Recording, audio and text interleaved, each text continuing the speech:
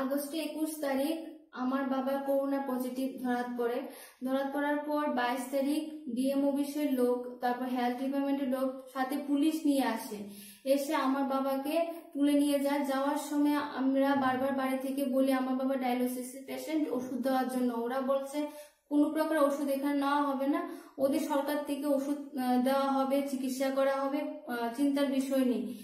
এই কথা বলে নেওয়ার পরে ওইখানে কোনো প্রকার যখন চিকিৎসা হচ্ছিল না, তখন আমার মা আবার রিকোয়েস্ট করছিল ওদের কাছে। রিকোয়েস্ট করার পর একদিন একজন ডাক্তার আসে, উনি এসে ওনার হাতে কোনো টেলিস্কোপও ছিল না, প্রেসার মেশিন ছিল না, কিছুই ছিল না।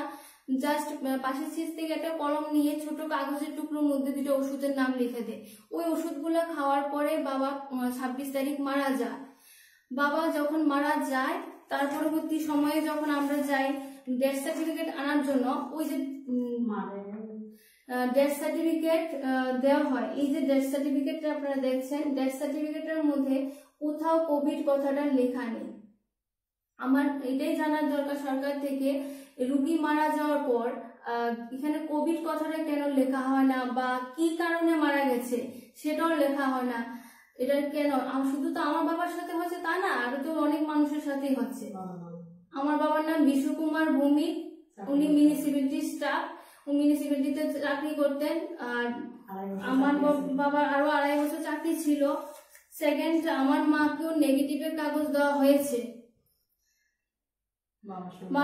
আমার মা বাবার সাথে ছিল, নেগেটিভের কাগজ পাওয়ার পরও মার উপর অনেক রকমের অত্যাচার সহ্য করতে হয়েছে, আমাদের উপর অনেক রকম ঝামেলা করেছে বিজিবির কিছু লোকজন এসে বাড়িতে।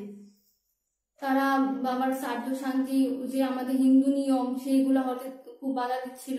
অনেক কষ্টে এগুলো সব সম্পূর্ণ হয়েছে। এখনো মা হসপিটালে যাওয়ার পরে একজন লোক মাকে উচ্চবাচ্য কিছু কথা বলেছে, সেজন্য আজকে আমি এটা জানাতে বাধ্য হলাম মিডিয়ার মাধ্যমে। একজন বিধবা মহিলার উপর এইভাবে অত্যাচার করা তো ঠিক নয়।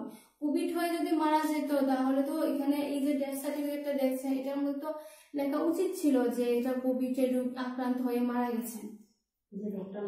যা কবির চৌধুরী নামে একজন লোক আমার মার সাথে ডিউটি করে, উনি জয়পুর ডিসপেন্সারিতে আছেন। উনি আজকে আমার মাকে দেখে উচ্চ হাসিতে বলছে, যা হয় ভালোর জন্য হয়, ভগবান যারা মানুষের ক্ষতি করে, সিপিএম করে, তাদেরকে এভাবে করুণা করে মারা উচিত।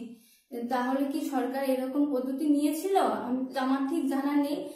মুখ্যমন্ত্রীর কাছে এটাই আমার অনুরোধ, আপনি বিষয়টা দেখবেন।